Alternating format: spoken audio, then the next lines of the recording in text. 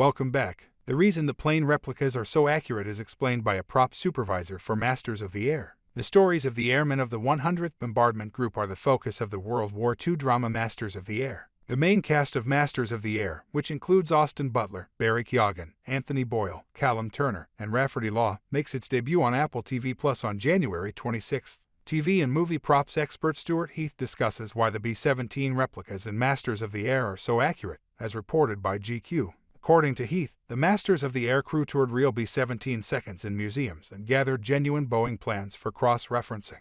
An exact 1-to-1 scale that resembled even the switches on the dashboard was how he put the outcome. According to Heath, the Masters of the Air team merely made the minimal adjustments that the camera positions required. See Heath's entire statement below. The methods used by Masters of the Air to aim for accuracy. The nonfiction book Masters of the Air, America's Bomber Boys Who Fought the Air War Against Nazi Germany by Donald L. Miller served as the inspiration for the film Masters of the Air. Similar to the television program, the book recounts the actual events surrounding the valiant battle against the Nazis by the 100th Bombardment Group, sometimes known as the Bloody Hundred.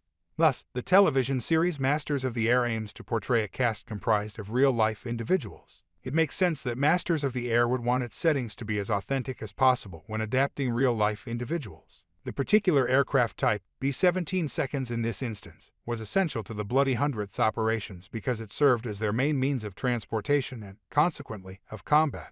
Masters of the Air hopes to make it easier for its actors to be transported back in time by employing small replicas that had the same restriction and claustrophobia that the real airmen had. The inevitability of Masters of the Air being compared to earlier World War II programs is another pressure point. It has been suggested that the series is a companion piece to television programs such as The Band of Brothers and The Pacific.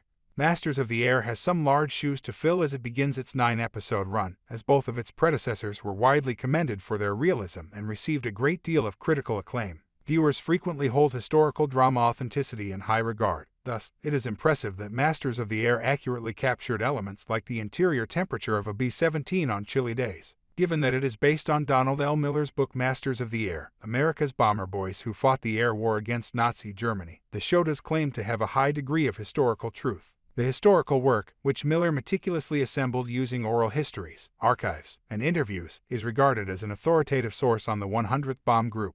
Creative liberties were expected, despite the fact that Masters of the Air drew inspiration from history and a highly renowned historical work.